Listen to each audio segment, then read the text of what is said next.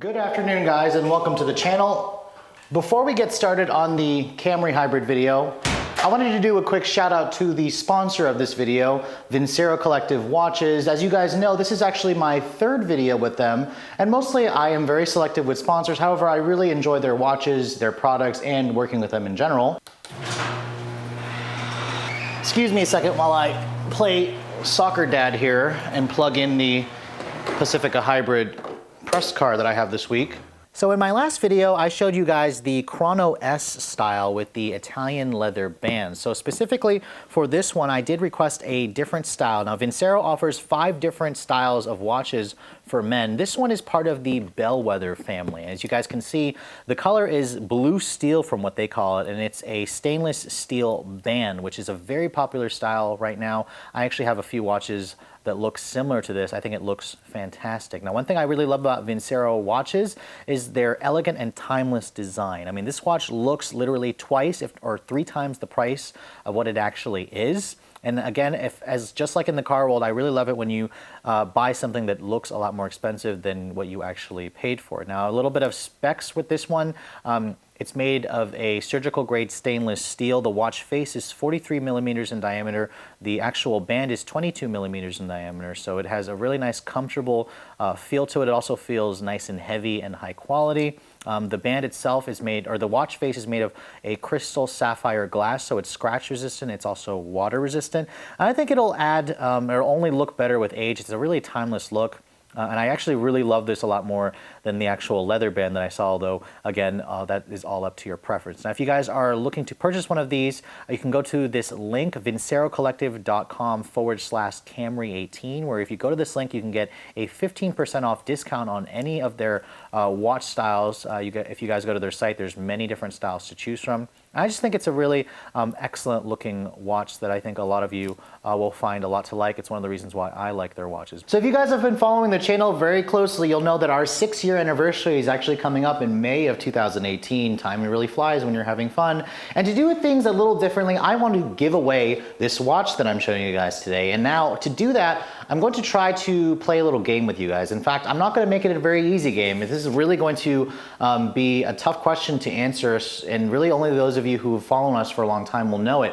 But basically, I want you to scroll through our social channels, our Instagram at Redline_reviews, or our Facebook channel at /2Redline. And I want you guys to tell me what was the very first press car we got. Tell me the year, make, and model, and tell me the exact date in which we got it. Now, that date is obviously going to be something that is going to be tough to find. You can't just go to the YouTube channel and find that video, because remember, I post videos after I actually get the press cars. So the first person that actually leaves the correct answer of the year, make, and model of that first press car and the exact date that we got it will be getting this watch. I'll be monitoring the comments below and I'll be selecting a winner basically by the end of this week. So those of you who think you may know the answer, make sure you leave that in the comments below. But until then, happy guessing, guys, and let's get on with the Camry hybrid video.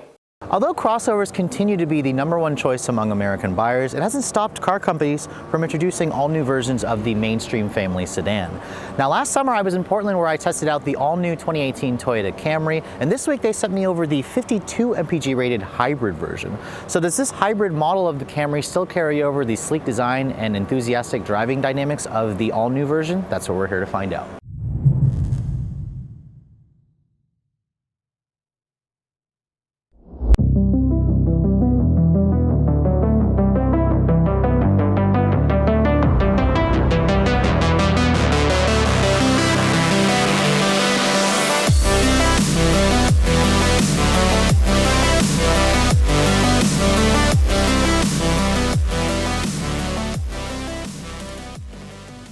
A common criticism of previous Camrys was its bland design. You can see for the all-new 2018 model, Toyota has tried to rectify that with styling that's either love it or hate it. This particular SE Hybrid has its own unique front fascia with the grille, the blackout portions here. LED headlights are standard equipment on all trims of the Camry, which is new for 2018, which is definitely nice that Toyota did that. Now, the Camry now moves to the TNGA platform. As I said, that's the Toyota new global architecture platform. You can distinguish this one as the hybrid from the blue hybrid badge in the grille. Only the hybrid Toyota models will get that that feature to distinguish it. Now, hybrids are available in LE, SE, or XLE. There's no XSE trim. The SE trim hybrid was new for the previous generation Camry, and they'll all come with these 18-inch wheels if you guys go for the SE. They're an inch bigger than the previous model. They're wrapped in 235 series tires. You'll get Steelies with hubcaps on the LE, and then a different 18-inch wheel if you guys go for the XLE trim. There's also a hybrid badge here on the side that distinguishes it as a hybrid, and this model is bigger. When Toyota moved it to the TNGA platform, it has a 2-inch stretch in the wheelbase and the overall length. It's lower, it's wider. It's still about the same size as all its other competitors. The wheelbase is now 111 inches. It's now 192 inches long. Now at the rear, LED taillights are not standard like the headlights are. You have to go for the higher trims. These are just the standard incandescent taillights, which also look pretty nice. The Camry's design in the rear also has a very sleek look to it. I think it looks better than the new current generation Honda Accord. I don't particularly love these fake vents that you get on the SE and XSE trim. They kind of look a little tacky and tacked on, but I do like the subtle rear spoiler, and then the SE will give you the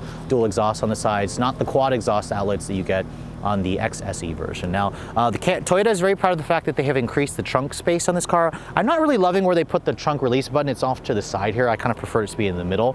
But when you open up the trunk, it's large. It's about 15.1 cubic feet of space, and because they relocated the batteries to underneath the rear seats now fold down, which is new this year. And if you look underneath here, Toyota includes a temporary spare tire, so you don't have to deal with a fix-a-fly kit, which most of the hybrid competitors make you do that. So if you guys go for the SE Camrys and up like my tester, the hybrid model like this will come standard with the company's smart key access system with push button start. You can see here is the new key fob for the Camry. It's a nice size key fob, although it feels rather light and plasticky. I do like how Toyota kind of gives the hybrid models this blue badge to kind of designate that you have a special Camry, especially if you're just holding the key. But nevertheless, to lock the door, just push the lock button here.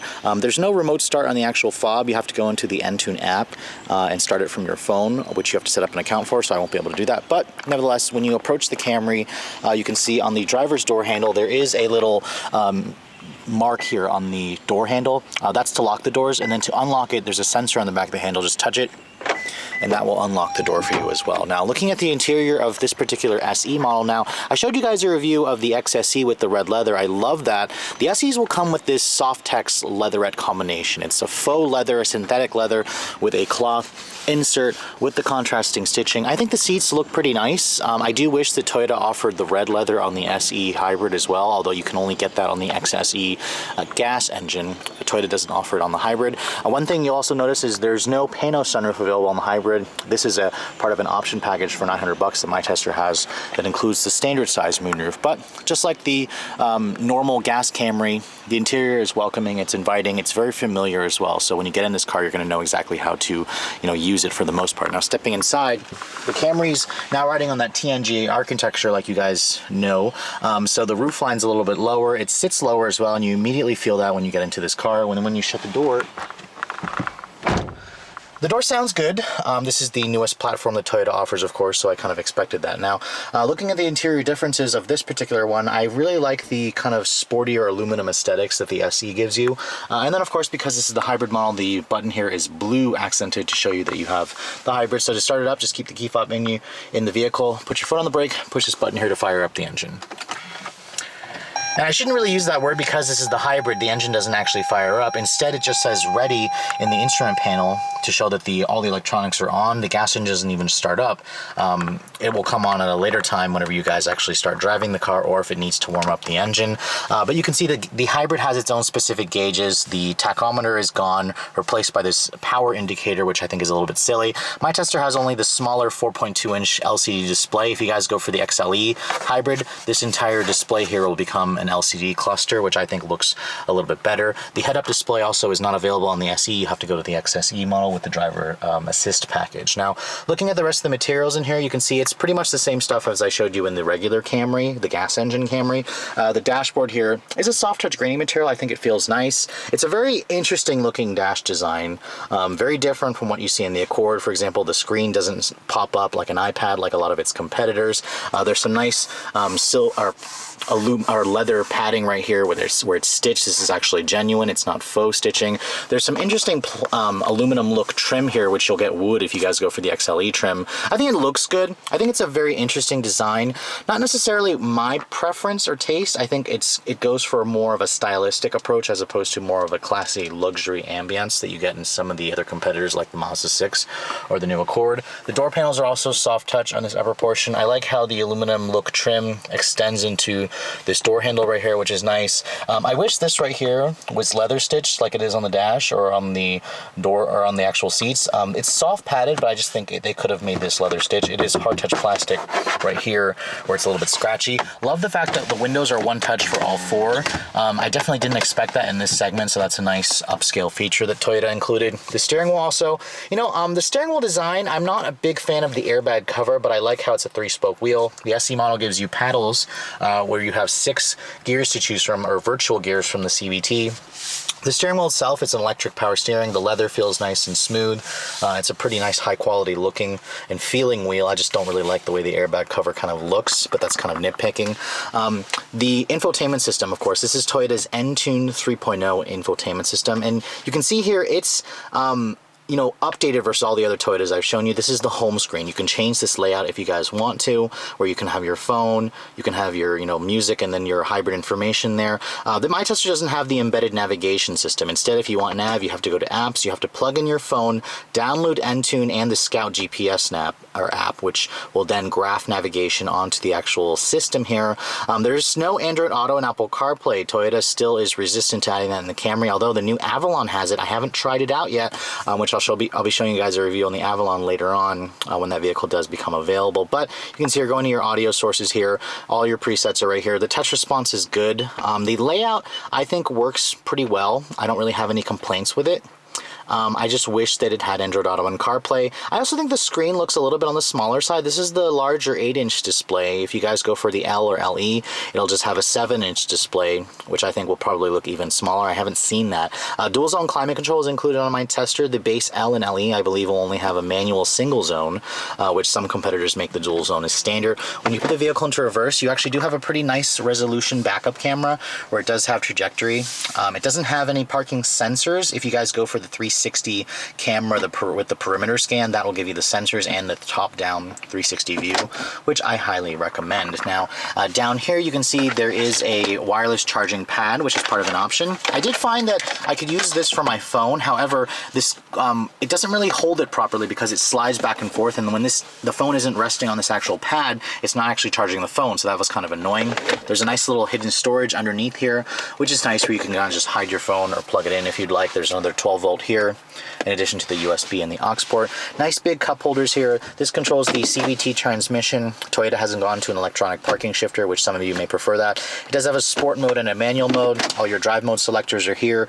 This turns on the dedicated EV function, which if the battery is fully charged or charged enough, it'll let you basically drive this car on electric power alone for, I believe, as much as like 30 miles an hour. You do have 3-level heated seats. Don't expect to find cooled seats, not available. And then my tester has a 8-way power driver seat, but no memory seats. They're not available on any trim of the Camry, which I think is a glaring omission. In here, you can see it's a pretty good size storage for the center console. No USB in here, though. There's only one USB in the front seat, which is, I think, a little bit silly. They should be including at least two, at least one for the driver, one for the passenger. I do find the seats to be relatively comfortable, and I said in my XSE review, I said the seats were hard. I still find the seats to be on the firmer side, but I don't think they're uncomfortable. Now that I've had the car for a week, I thought the seats are pretty comfortable, supportive, they hold you in place nicely, and I found that I got used to how firm they are after a little bit of time. You can see here, standard size sunroof. All your controls for that is up here, where Toyota has also redesigned the controls. The glove compartment here, it is actually a little bit on the small side. It's not lined with felt, but it is damped. But overall, I think the Camry gives you some good storage, and this interior certainly is likable. Is it my preference in terms of the infotainment system? No. Is it my preference design aesthetically? No. But I think it's easy to use. You can see out of it well, and I think owners are gonna get into this, and they're really going to feel at home. Now, backseat space is very important among mid-size buyers, and this is where the Camry's rear seat is pretty much class competitive. Now, the space in here is average. The new Accord and the Passat offer more space, but I'm 5'7". I have pretty good space. There's some good foot space here. There's a small hump that goes over the middle seat passenger, so that kind of protrudes a little bit on their space. But overall, I'd be pretty comfortable back here. My head doesn't really hit the ceiling, which is good because it has a more sloping rear roof line. The materials, they're actually hard touch plastic, not the same as the front. Toyota does give you a nice armrest here that folds down, but you can see here, no rear seat vents. You have to go for the XSE or XLE trim, and then no heated rear seats. That's not available on any trim in the Camry, but at least you have 2 mat pockets. But overall, aside from the features being a little bit low, the back seat's a pretty pleasant place to be. So under the hood of the new Camry Hybrid, this is going to be the biggest differentiation between the gas model, obviously. Now, you start out with a 2.5 liter dynamic force 4-cylinder, which is the all-new 2.5 liter from the gas Camry. It makes 176 horsepower on its own. It has direct injection. It runs on the Atkinson cycle for efficiency. It has a high compression ratio. And then Toyota adds an electric motor. And when you combine the outputs, it produces about 208 horsepower, which is about 2 more than the XSE model, or 3 if you consider, or 5 if you consider the gas SE, which gives you a little bit less power. 208 horsepower makes it almost top in the class. The previous generation Accord has 212, but this has about 15 to 20 more than its competition. Now, fuel economy is the most important factor with the hybrid, and this has been improved either 20 or 30% compared to the old Camry, thanks to all this new technology. Now, the LE model has the better gas mileage. It's rated at 51.53 because of the lithium-ion batteries. The SE and XLE still uses the older nickel metal hydride batteries. Toyota said they did that for cost-saving measures because the LE has less equipment, and they figured they would throw in the more expensive battery pack. Now, this is rated at 44, 47, still pretty good numbers. However, if you want that magical 50 MPG, you need to go for the lower priced LE trim. Now, it all goes through a Cvt transmission. All Camry hybrids are front wheel drive. Let's get out on the road and see how it all performs. So, the last time I drove the all-new Camry, I was in Portland. This was probably actually like 8 months ago, so it's been a while.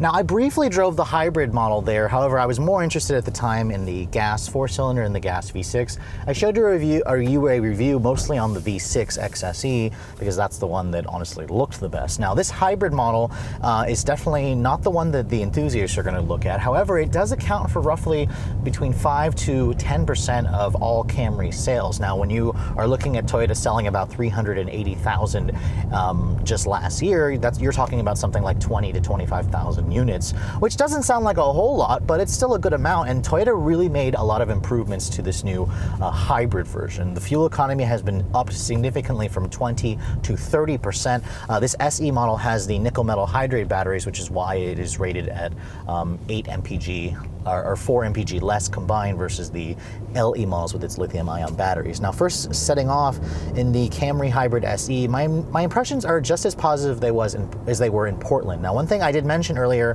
or in that last review, is the roads in Portland are crap. Now that I'm back in DC, this Camry is a lot quieter. The roads here are just much smoother, so I'm not dealing with all that excessive road noise that I was dealing with the other models. And this car is really a pleasant daily driver. First setting off, I mean, visibility in here is excellent. I can see everything aside from the annoying lane departure alert where I need to turn that off later on because of the beep. But other than that, smooth ride, really balanced chassis, very playful feeling, which is something that Camrys never really had in the past. Now let's put it into sport mode here.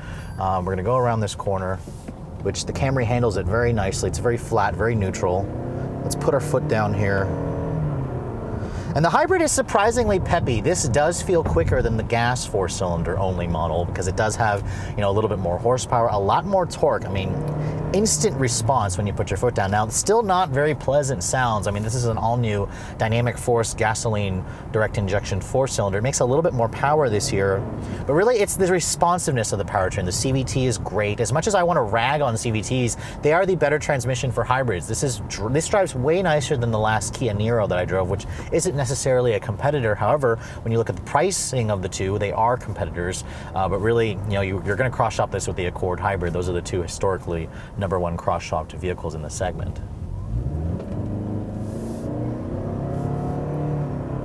Very pleasant acceleration. I mean, in the real world, a lot of you are going to really like the way this car feels, and Toyota has worked hard on the brakes. The brakes feel very normal. It doesn't have that grabbiness or that regenerative feel that I felt in the Kia Niro.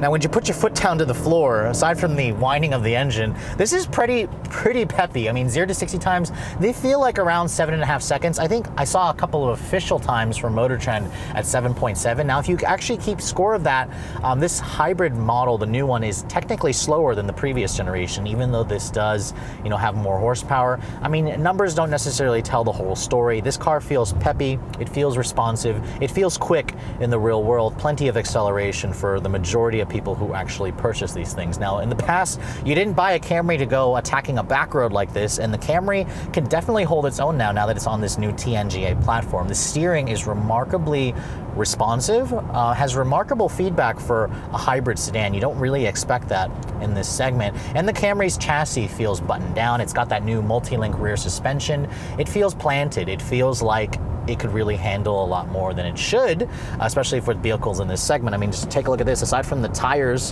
which are more eco-oriented on this model, I mean, this thing surprisingly will put a smile on your face when you start attacking some back roads. Whereas, in the past, Accords have always been the car that's the one to beat. Camrys have pretty much caught up to the previous gen Accord. I drove the new Accord already, and that's great in the corners as well. I mean, the Mazda 6 and the new Accord, they're all fantastic to drive, and they really remind you why you love sedans as opposed to SUVs. These are just much more pleasant. They're much sportier to drive, and this car is really quiet. I mean, when you guys just put it into its eco or normal mode, let it cruise along on electric power alone, this thing is dead silent. And that's really what's going to be appreciative for the people who drive these to and from work. It's just a really nice, smooth, quiet, inoffensive car that you can kind of just escape the annoyances of the outside world. You don't have to go to a luxury car to get this kind of quietness and this refinement. And it's really great that you can get this now in just a mainstream family sedan. And when you turn off the traction control, this car will spin its inside tire from time to time. I mean, the instant torque from the electric motor definitely makes that relatively easy. And again, I'm super impressed after spending a week's worth driving this Camry hybrid. It's a really great daily driver. Even though it's not the most exciting car, it doesn't make great noises, it does get excellent fuel economy. Now, Toyota worked hard to improve the gas mileage of this new Camry, and it really shows. Now, I tested a 2015 Camry 2 years ago, maybe even 3 years ago. Gosh, time really flies. That car, I wasn't really super impressed with the fuel economy. This one, right off the bat, without even trying, I'm getting 41 miles per gallon, which is really excellent. I believe I did probably 5 miles per gallon less with the old body style, and that's what I got roughly with the Kia Niro in the mid-30s. So this new Camry gets excellent gas mileage. On the highway, I did get it up to about 46 miles per gallon. So the EPA's numbers are pretty much bang on. Now, I would love to test the LE model to see if it gets even better gas mileage. I'm still perplexed as to why Toyota puts the older nickel metal hydride batteries in this. They originally said it has to do with the cost savings. But my guess is they're probably going to replace this trim level and the XLE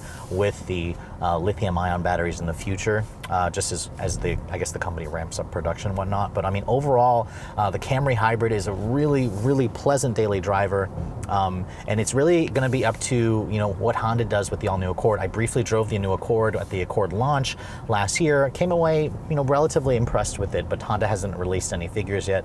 As of this filming, the new Accord hybrid is not technically on sale yet. But I mean, overall, if you guys are looking for an efficient, daily driver hybrid sedan, you really want to stay away from those SUVs and get better gas mileage and have more fun, this new Camry hybrid is definitely one of the best driving mainstream hybrid sedans I've tested this year. So when I last drove the all-new Camry, I was in Portland on a media drive, and it didn't really give me the time I needed to fully test out the Camry's strengths and its flaws. Now, after spending a week with the hybrid version, I'm coming away really impressed with the hybrid model. Now, usually I'm not a big fan of hybrids. However, this is probably one of the best driving mainstream hybrid sedans I've driven, and I easily got 50 miles per gallon without even trying in certain parts of the traffic conditions that I deal with in the DC area here, and I think that's phenomenal. That's way better than what you're going to get in any crossover SUV, and it makes the Camry basically as efficient as the Toyota Prius. So if you don't like the Prius's looks, this one should really be at the top of your list. So what's it going to cost to put this all-new Camry hybrid in your driveway? Well, now, compared to the regular gas Camry, Toyota charges about $4,300 more for the hybrid for an LE model. Honestly, if you're on a budget, the LE is probably the one you want to go with. Aside from the wheels, the leather-wrapped steering wheel, and then the dynamic features or the styling features of the SE. The LE is basically the one that gets the better gas mileage, and it's less expensive. Now this SE model starts a little bit more. It starts at $29,500. An XLE starts at around $32,500. Across the board, Camry hybrid pricing is about $1,000 to $2,000 more versus the previous model, which is kind of worth it considering the technology and the improved fuel efficiency. Now my tester has basically all the options you can get on an SE. From the upgraded head unit, the navigation system. It's got like an audio package that gives you the Scout GPS, the upgraded head unit, and then the moonroof. That's about $3,000. All in, my tester is a tick over $34,000, which makes it a relatively good deal among these hybrid sedans. You can load up an XLE version with like the head-up display and all the features for around $37,000, which does make the Camry a little bit more expensive, but I will argue that, for its improved efficiency, I think this is going to be a great daily driver for those of you who need efficiency, who don't need a crossover SUV, and really prefer the looks of something that's, a sedan that has a more dynamic handling feel and is a really great daily driver. But anyways, I hope you guys have enjoyed my full overview on this 2018 Toyota Camry SE Hybrid. If you're also looking to see the latest cars I'm testing, make sure you follow me on Instagram at Redline_reviews, like us on Facebook, and if you haven't done so, please subscribe to the Redline Reviews YouTube channel for all the latest reviews. Thanks so much for watching, guys. I'll catch you all in the next video.